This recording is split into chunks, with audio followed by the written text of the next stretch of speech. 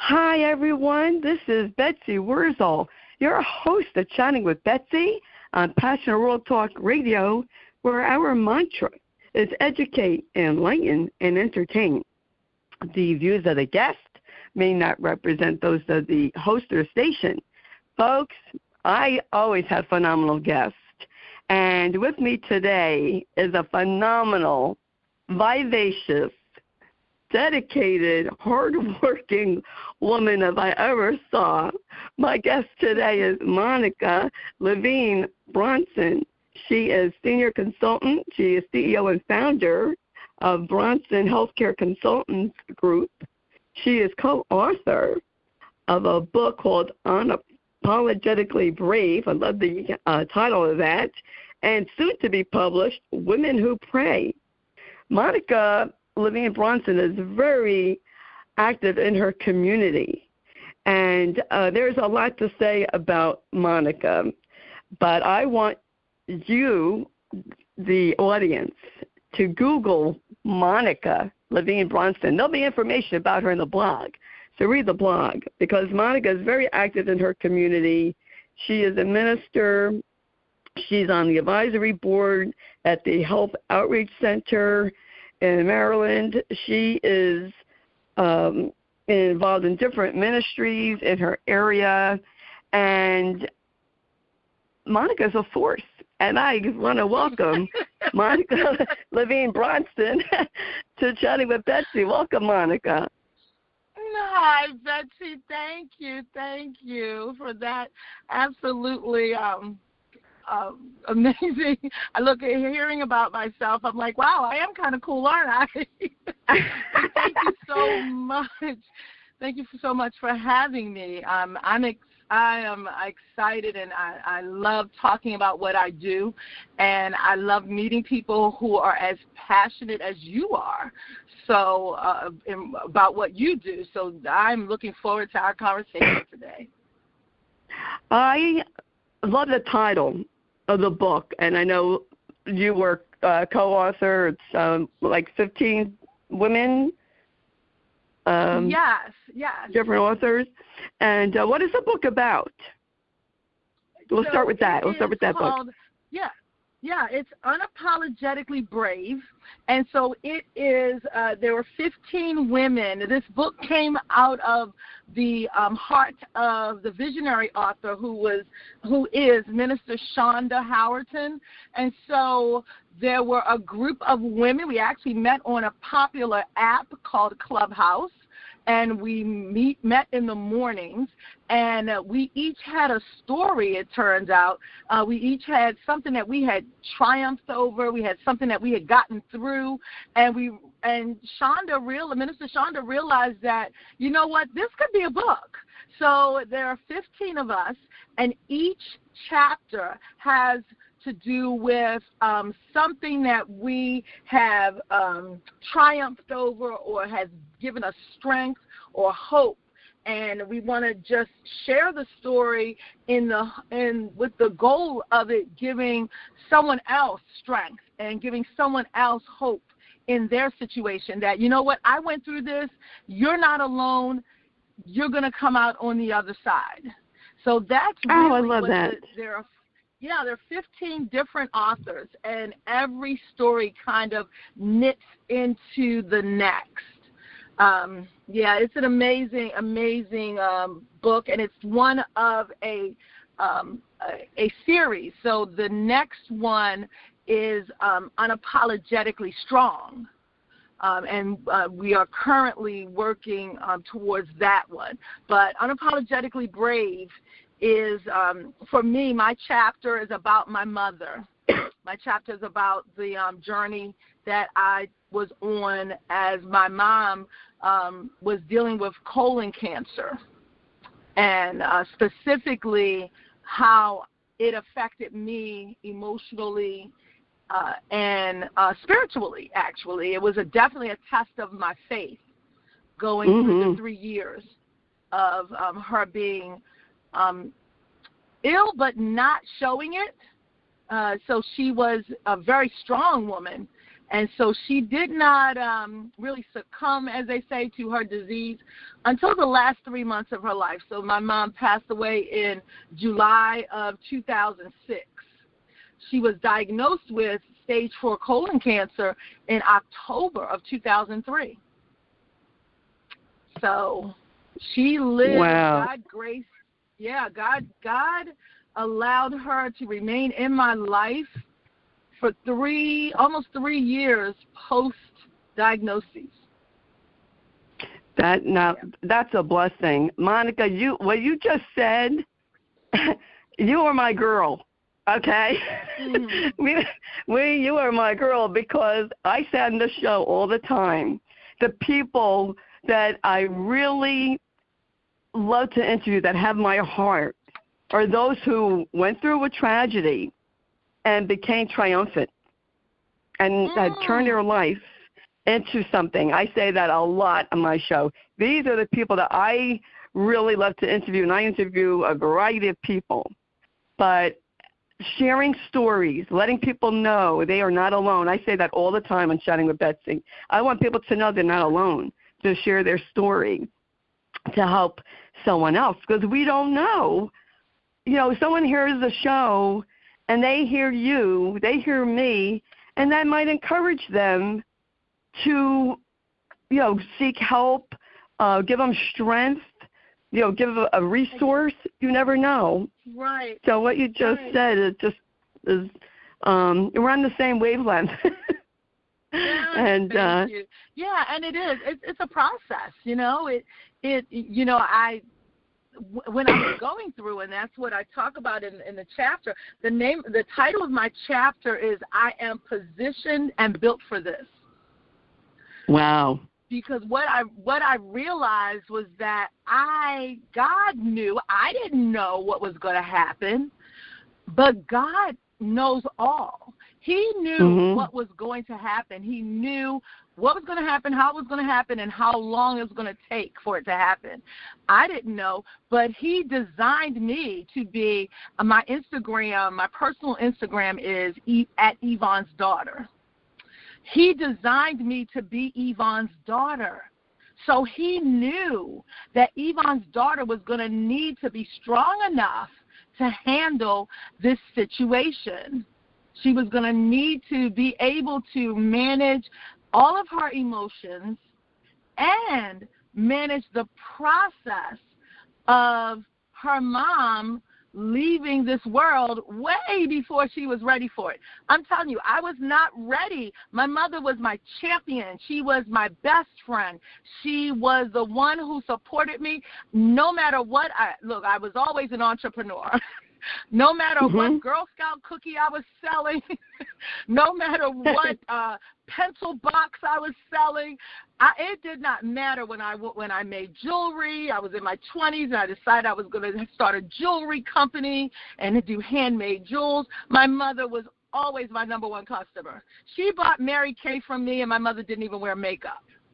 So she was simply my champion. And so when she left this world, my world was turned upside down. But what I realize and what I know is that I was built for it. And once you get that deep down inside, oh my goodness, I tell people all the time, nothing, I won't say nothing phases me, but nothing will ever hurt me as much as that did. So I've seen the worst. I have seen the worst. So bring it on. Yeah. Oh my gosh. Now, Evon, is that with a Y or a? It's EVONS. Evon's daughter. Evon's daughter. My mom was Evon Charlene Brunson. Evon. That is. I got you just said chills up my spine here in New Jersey, Monica, because what you said resonates with me. My husband had early onset Alzheimer's. It was a 10-year journey. And, sometimes you ask yourself, why me? Why am I going through this? And I heard someone say, ask not why, but why not? And yes. Matt's journey changed my life. So I understand, what you're saying. And, life is not the same. It's different. We always carry the pain of our loss, but, and we could do a whole nother show on grieving. Right. Because it's, people don't talk about it. They don't want to deal with it. And I say, you know what? I'm going to honor my loved one's memory. I'm going to show pictures. I'm going to celebrate their life. And if you don't like it, I don't care. And that's it. You don't let the grief. Yeah, you don't let the grief stand on you. You stand on the grief. Yes. You stand, it doesn't have, you don't have to wear it like a badge of honor, but the truth is loss is significant in our lives. But it's happening all around us. It just becomes personal when it touches us. People are dying every day. Every second someone leaves this earth. But when it's in my house or my backyard, that's when it's now personal. But we need to not let that grief be, and grief is a process. You're right. We could talk about that. We could have another hour, part 2, part 3, and part 4. But what I realized, and you hit a point that I opened my chapter by saying, God has, these plans for us. My favorite scripture is Jeremiah 29:11. So that's my favorite scripture. So, my foundation, if it were not for God in my life, I would be balled up in a corner somewhere. Trust me. But, amen. Yes. Yeah, I would be balled in a corner somewhere. I absolutely would. Me too. But I didn't. I opened my chapter by saying, that God's plans don't always look like what we think they should look like. Because I'm sure with Matt, you plan to live till a ripe old age of rocking in rocking chairs together. Yeah. And my mom, I planned on her being the mother of the bride. And, now it will be a picture of, some flowers in a chair. That's not what I planned. But we need to know that God really does have a plan. It doesn't make sense. And that's what my chapter, I kind of share that with people and share my heart with people, that it did not make sense to me. None of it made sense because my mother was this God-fearing, praying, in church all the time, loved Jesus. I had a knockdown, drag-out fight with God the night we got the diagnosis. I literally was not speaking to God for quite some time. I don't want to I understand. Yeah. I was mad with him. Yes, I was. However, I realized he loved me nonetheless. He loved me nonetheless because he built me to handle it. And he, I could eventually, and I talk about that in the chapter, eventually come to terms with, and that's the grief process. I could come to terms with this was her journey. And I was not the author of her journey. I wasn't in control of her journey. But I can be in control. You can only control what you can control. So I learned to manage the emotions and get through life without my mom. Because guess what? That's what she would have expected. That's what she would have wanted. Yeah, exactly. That's what I, in a corner. Yeah, Matt would not have wanted you in a corner for long. Yes, grieve. I tell folks all the time, feel what you feel, and then you've got to get up and turn your pain. Oh, that's a good one. How about that, Betsy? Turn your pain into your purpose. Oh, absolutely. Oh, I like that. Let me write this down. Turn your pain. Write that one. I'm writing that one down. Into your purpose. Yeah. Exactly. And that's what I did, because I was angry, Monica, and the medical community, how Matt was treated, how I was treated. And people don't believe this, but actually, folks, I'm actually very shy and don't like to be in the spotlight. No way. Yeah, but no way. Yeah, it's true. Put me in a group, you won't even know that I'm there. But I had to channel my anger so it didn't destroy me, and I turned my anger into a passion because people were, at that time, were not talking about caregiving. I wanted to dispel the myth of Alzheimer's, that it's just an old person's disease, because it's not. Right.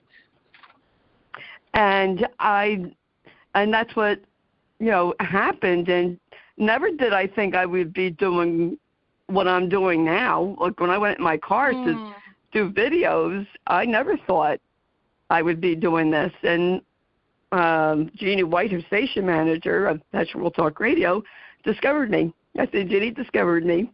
And that's how I came to have shows on her show. And then she gave me a show. She said, you should have your own show. And I love it. Never would have thought. So when Matt was dying, I thanked him for his journey, and I said, I will continue on. I will continue on. I integrate, I've talked about this, the grieving with my living, and, I had the peace, and I'm not here to debate what people believe. I know Matt's in heaven. He's having a glorious time. Why can't I have a good time? He's having a good time. Right. He ain't even thinking of me. He's not thinking of me. Your mom ain't thinking of you. They're with the angels. Right. They're with God. They're having a grand old time. They would not want to come back, and that keeps me going. Excuse me. And I know I'll see Matt again, and I still feel that in a way that Matt is with me. And I have a son, and I told Josh, Daddy would want you to go out and have a good time. Live your life. Right. Right.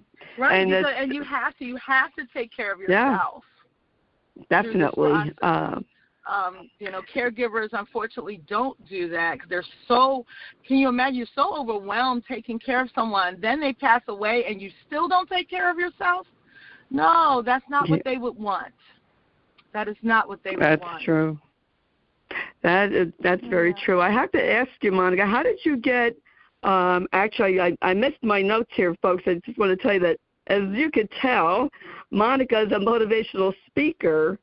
But how did you become CEO of? You created your Brunson Healthcare Consultants, and you help people with affordable assisted living housing. I didn't even know there was such a thing as affordable living housing. So I would like to know about that. Yeah, so I actually was an admissions director for a rehab, nursing and rehab. I was an admissions director for about 15 years. So I've been in healthcare for over 30 years, actually. And as an admissions director, what I noticed is that families would have that situation occur where mom or dad couldn't go back home. And now what? So the social worker would give them a list of assisted livings, and the families were just completely like they were overwhelmed. They didn't. How much does it cost? Where how do you get into it? Because all that folks 15 years ago, all they did was give you a list, and those lists just weren't very good anyway. So it really was born out of necessity and born from, again, my passion. My mother was that person who was a caregiver. My grandmother was a caregiver. They always took care of other people. So I just followed my gene pattern, and I realized that it was a business. So I leveraged my relationships that I had. I left Genesis. That's the company that I worked for. Loved them. Really was successful. People were surprised that I was leaving, but I left with the goal of helping families. I wanted to be of service. I wanted to help these daughters to, I tell daughters and sons sometimes, but it's usually mostly daughters, I want you to have some peace. I want you to sleep well. I want you to not be worried that whether mom ate, did she take her medicines? So the company was born really out of just a need for it. And I grew the company, again, based on the relationships I already had with social workers. My first conference, so I do conferences, but my first conference was a conference for the providers taking care of the caregiver. That was my first conference, was built on the concept of you take care of others, let's take care of you. So I had some mental health folks there. I had business folks there. I had resources there for providers. And that is how I grew my provider list. So my provider list went from the 3 people that I kind of stumbled across as I went through the list to now I represent about 85 to 100 assisted living providers all throughout the state of Maryland. Oh, and okay. I do help families. Yeah, so I am able to negotiate because I have a relationship with these. I work with the smaller family style assisted living. So the single family homes that are licensed by the state of Maryland to provide 24-hour care.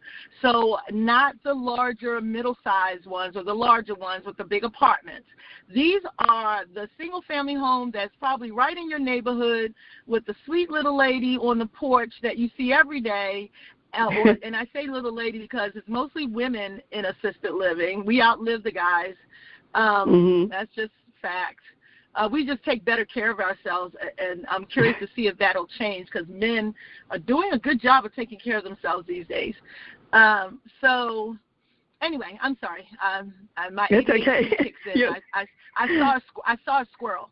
That's okay. That's how I started the business. And what I'm able to do, because I work with the smaller providers, I basically can negotiate the rate. So when I say I can find affordable housing, a lot of people think, well, my mom only has, $2,000 Social Security, or they only have $1,600 pension. I'm able to find providers who will take care of your loved ones for that rate. And it is through my relationship with the providers and the fact that it's the smaller family style providers. So not the big guys. Sometimes I say the bells and whistles are fine, but you want to know someone is actually there and taking care of your loved one. So that's how the business literally started because there was a need. Yeah, there is. And I think that the baby boomers, and I'm one of them, want to get away from the, I call it the big box, facilities, the big box assisted living, and go into like a home. We call it a group home. Exactly.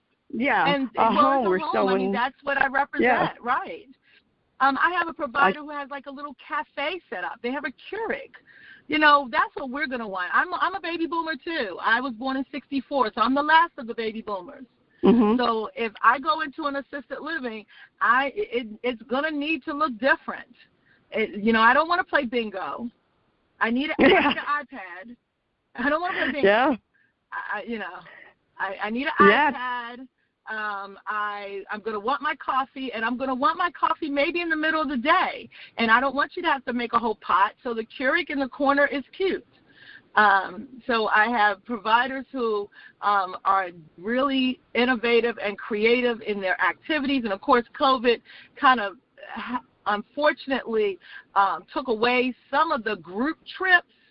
However, I'm starting to see that providers are going on trips again, going to Sight and Sound, going to the ocean, going to the Delaware beaches. I have providers who would take their clients on vacation once a year. They would shut down the whole house and everybody goes on vacation. The staff, the clients, all go at the same time. She would rent a house, and they would all go on vacation. Wow, So that is cool. See, that's what I would want. Small. Yeah, right, yeah. right. Yeah, so that's what I do. And, I also help people. If you want to start your own assisted living, I can help you with that. I have a partnership with an amazing young lady, Kemia Brinkley, and she and I together help you to get your assisted living up and running.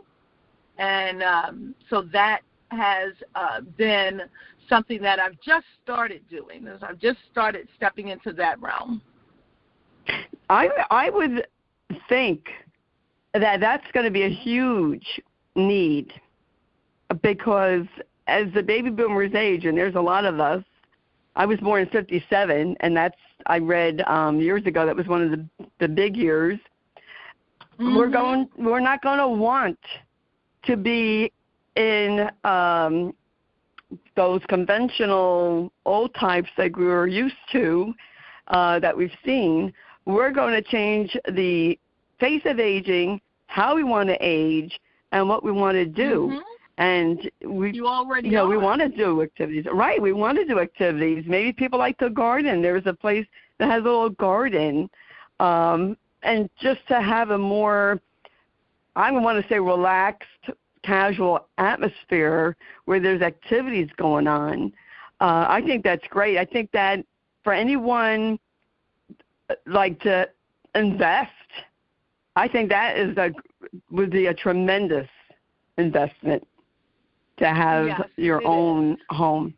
That's going to be very up and coming. I've said that probably 4 years ago, Monica. You remember the show The Golden Girls? People are going to want to also share housing, but to come together so they could afford to live in a house that they may not be able to, on their own. And you're going to see more and more of that. And you're going to see, I think, more women, because women statistically outlive men and have lower paying jobs, especially women from that era. And I believe you're going to see a lot of that. I think that is a wonderful. I really would like to see more of that. Yeah, anyone who's in healthcare, the healthcare system itself is, it's a little crooked. I don't want to say completely broken. I'll just say it's a little bent.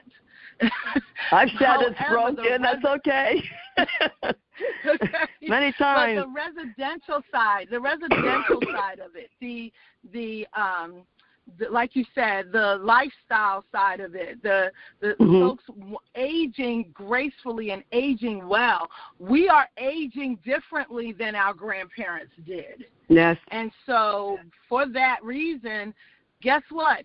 Don't be surprised to see a Peloton at an assisted living that I represent. Don't be surprised to see that, guess what? We're not going to the bingo hall. We're going to Planet Fitness. We're going to the gym. Yes.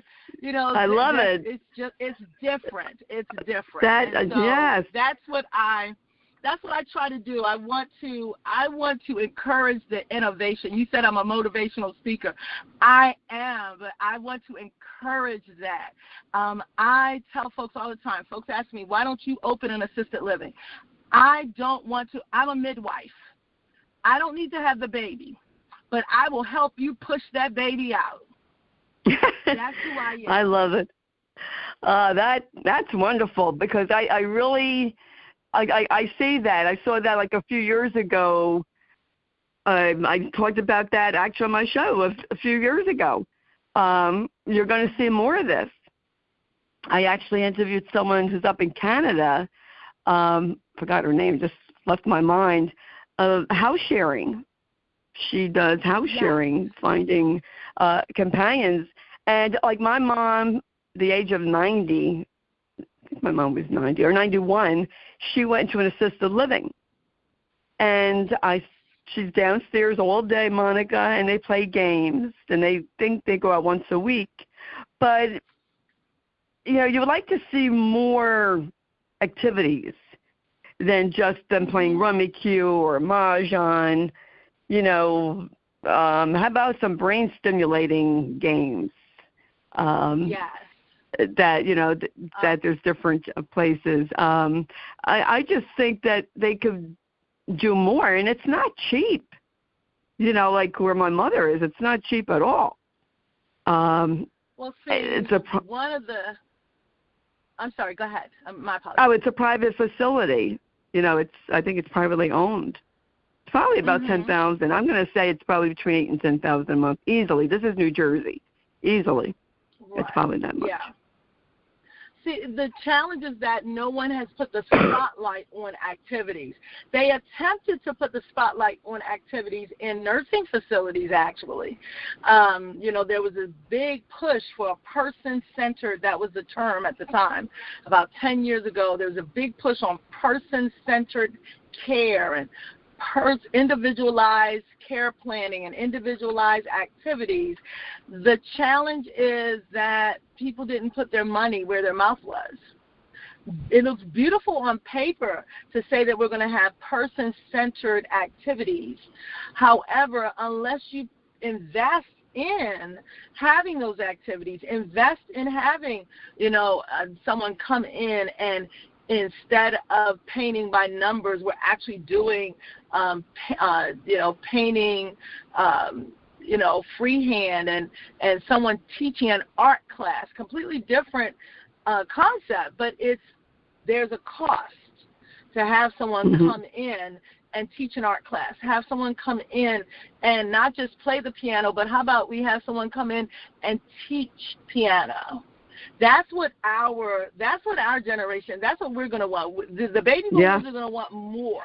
The baby boomers are absolutely going to want more. You know, I don't just want to play bingo, you know, like you said, brain stimulating activities, going out to museums. Now, unfortunately, COVID did put a little bit of a kibosh on that. However, we are opening back up, and there are opportunities with the smaller, the family style assisted living. There are opportunities for them to get out. I know you know, again, it's about putting the spotlight on that. We've put the spotlight a lot of times on physical, but not on the emotional and the spiritual needs of our seniors. But we've done a great job of making sure that physically they're safe, that their environment is safe, that they've got the right medicines, that they got bed rails, you know, where they need to have bed rails and you know, stair glides where they need to have stair glides. But we have not put as much attention on the emotional or the spiritual needs of folks as they're aging. That's very true. Yeah. Because I remember. I'll say it. Yeah. Yeah, I don't either. My dad was in a nursing care facility, and not far from where my mother lived. And, you know, they were short-staffed. It's a chronic problem. And, you know, they line them up. They're in the TV room. Sometimes they had entertainment. And I remember I worked as a teenager. This is back in the mid-'70s, a nursing home, and all they did was put them in front of the TV. When my mother-in-law was in a nursing home, there was an activity person singing, and they would, you know, play some games, but it's not like what it should, like what we know it should be, Monica, what we would want. Well, and I'm for sure. You, every once in a while I would experience like a really dynamic activities director, and the reason that their activities are so good is because that person brought everything to their residents. However, they would have that would be the department that would get cut first. You know, that was the department that was struggling to get supplies and struggling to get, you know, things to do and transportation to go to different places. So it is, I mean, there just needs to be attention to that. And I think as we age, it's simply going to look different. It is. It's going to look different because it has to, because we're different. We're going to demand that it looks different. Yes. It's so funny when people talk about, I can't wrap around my head, I'm a senior citizen, Monica. When I hear people talk about senior population, 65 and older, I'm like, hey, wait a minute, that's me now. That's me they're talking about. It's horrible. I was like, look, wait a minute. What do you mean? I'm 59. So when I hear that, like, when I started getting AARP mail, I said, what? Why am I getting mail from AARP? And then I had to remind myself that I will be 60 years old next year. Like, no way. I'm not ready for Medicare. I'm going to start getting Medicare information. I already know it. I'm going to get Medicare calls. I got my Medicare card, my Medicare supplement. I'm like, wait a minute, how did I get here? I thank God that I am, but just life goes by so fast. And when I worked in a nursing home, of course, when you're a teenager, you think anyone over 40 is old, but those people, they looked old. They were in their 60s and 70s, and they looked old back then. And I'm thinking to myself, wow, 65 is really decrepit. That's what I thought when I was 16 and 17. I don't want to be in a place like this. But you look at the baby boomers aging and how great, we look, a lot of us. A lot of people are proud of their age. I am. Some people aren't. Hey, listen, I'm like, you know what? The Bible says 70. You live to 70, that's a blessing. Anything after 70, that's an added bonus. There we go. Exactly. And that's how I look at it. Like, thank God I made it to 65. And I hope to make it to 70. But you just never know. Plan. And I just really get. You inspired me, Monica. You did inspire me. We have a lot in common, and we have a same wavelength. And I love talking to people like you that are so passionate about their work, and it shows through, because when someone is passionate about their work and their heart is in it, you know the difference. People can tell the difference. People are not fooled. And, there's people think they could pull the wool over someone's eyes, and they're not really. They have a job because they need a job, but they're not, soul's not into it. You could tell. You definitely could tell. You can. The difference. And I tell folks all the time who come to my workshops, I say, if you're doing this purely because you know it's a good investment, you're not the person who should be actually at the building. I respect the investor, because the bottom line is, look, we're in a capitalistic society. People want to make money. I want to make money. Right. So I don't have a problem with the investor. I have a problem with the investor who tries to be a caregiver. Hire someone to be your caregiver if what you want to do is just invest in the senior care business. And so exactly. That's my take on it, because we, like you said, we need investors in order to do this and do it well. We need investors in this business, but we need to also know the place we play, the role. We need to know the role we play, and what were you designed, again, what were you built to do? I truly believe that I was built to encourage people, and that goes across everything I do. I encourage families, I encourage daughters, I encourage the seniors who are going into the assisted livings. I encourage daughters who've lost their mothers. I've experienced, since being a part of this book, I've actually gone to 3 funerals for daughters who have lost their mothers. And so even in that, I'm like, wow, God, I've gone through it so I can help somebody else. I've walked the road so I can show you how to get down this road. Now, exactly. Your pace may be different, but it's the same road. I tell people that all the time. Your pace may be different, but it's the same road. That is that's so true. Yeah. Yeah. That's why, so Monica, that's, I love. That's why I do what I do. Yes, that's what I love interviewing people, like you, the people who are passionate about their work and that want to help others. And, I created hashtag Kick Alzheimer's Ass Movement, as you know, because you're in it, so that nobody should walk this journey alone during or after caregiving. I know what it's like to be alone. I didn't have support for 14 years between my mother-in-law, my dad, and that. It's a miracle, I'm saying. Wow. No support at all. And we need support. We need people to share their stories to help others. It's so important to share. And because I'm a Jersey girl, my father's daughter, I did a video one time a few years ago, said, you know what? If you're not sharing your story, and if you're withholding information that can help someone else, that's being selfish. Yes. That's just how I feel. It is. It is. Because you went through it. You went through it for a reason. And here's what's interesting. If you want to make sense of it, the folks are like, I don't know why this happened. I don't know why this happened. That's why it happened, so that you can help somebody else get through it. That's why it happened. That's true. You got to be the first. In my family, I was the first young person to lose first person to lose their mother at a young age.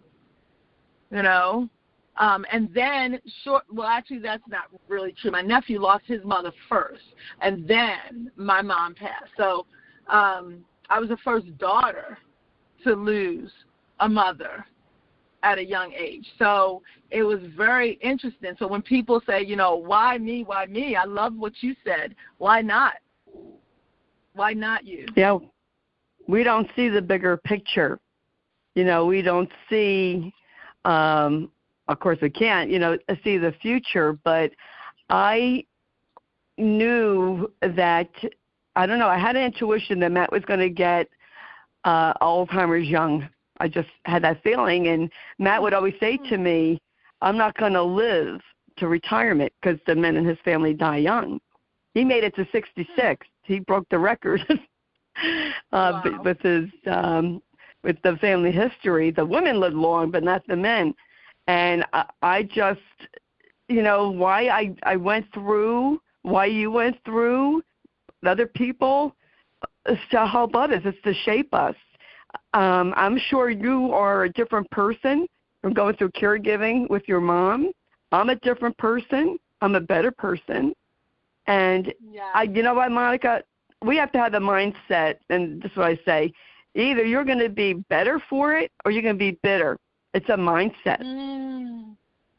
And I chose to be, I'm a much better person. I found God used Matt's journey, I believe, to show me my gifts. Because I always say, what's my gifts? What's my gifts? I can't do anything. I'm not artistic. Wow. I'm not creative. And I guess I had the gift of gab. But you are creative. You created this. I just want to help people, and chatting with Betsy is to let people know they're not alone and to help people. There's resources out there, that I wish that I knew about when Matt was alive. Mm-hmm. I wish I knew. I found out. Well, there are probably recently. A lot more resources now, though. Yes. There are a lot more now. Oh, that's true, Monica. Within a 4-year, almost a 4-year gap since he died, yes. Absolutely. I interviewed a woman. Would you believe this? I interviewed a woman. She's the next town over from me. I just met her this year. If I would have known about her, I could have hired her. She's a death doula and a companion. And I was like, oh, my goodness, Adrian, if I would have known about you. And this is why I'm so passionate, because sometimes we don't even know what's in our own backyard. Like people in Baltimore and Maryland may not know of you. And they should. Thank you, and that's why I thank you. I thank you because that's something that that is on my heart to make sure that I do this more. Make sure that people are aware that there are options. A lot of times folks just think I have to take my dad home or he has to stay in the nursing home. No, he doesn't. No, she doesn't. That is even though I worked in a nursing home, that is the last resort. That's the last option. There are resources. There are, and it's not sometimes the resource we want. Sometimes folks want, monetary resources. It's not so much that. I am able to get a discount, so to speak, at the assisted living, or find the assisted living that will offer the care at the rates that you can afford to pay. It's a matter of point of view. It's looking at it differently, and I thank you because it's also knowing the resources are there. So it's my responsibility to speak up and say, hey, I'm here. So I thank you for the opportunity to be on your show, because it gives me an opportunity to say, hey, I'm here. You don't have to do this by yourself. You are not alone. Let me point you in the direction. Let me talk you through home health, through private duty care, through adult day centers. There's a plan. You can put together your own care plan for how to manage this maze of this big piece of the puzzle that we call life. It's because this is just one little piece of the puzzle. Having to deal with the aging parent or aging loved one it's one piece of the puzzle. Let's put that piece in place, and then I bet you'll eat better, you'll breathe better, you'll sleep better. All the other pieces will come together. Yes, that is true.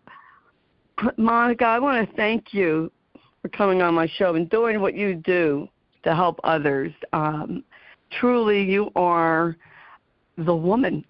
You are quite a force. And folks, get in touch with Monica. Where can people buy the book? Where can they get in touch with you? It will be in the blog, but you can tell the audience. Yeah. So they can go to my my website, which is my apologies. It should have been right in front of me, but it's www.alfpro.net. I believe. I'm sorry. You'll have it in the blog. But also they can call me. Here's the easiest way. Here's the absolute easiest way to get in touch with me. Call me at 410-935-0232, or they can email me at info@brunsonhealthcareconsultants.com.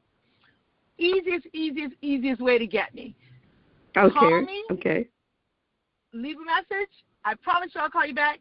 Or email me at info@brunsonhealthcareconsultants.com.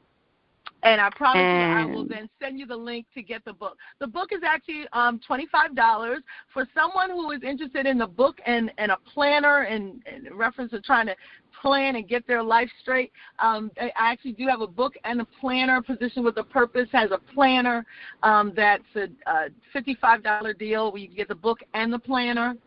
So, but I definitely can make sure you have the direct link to the planner.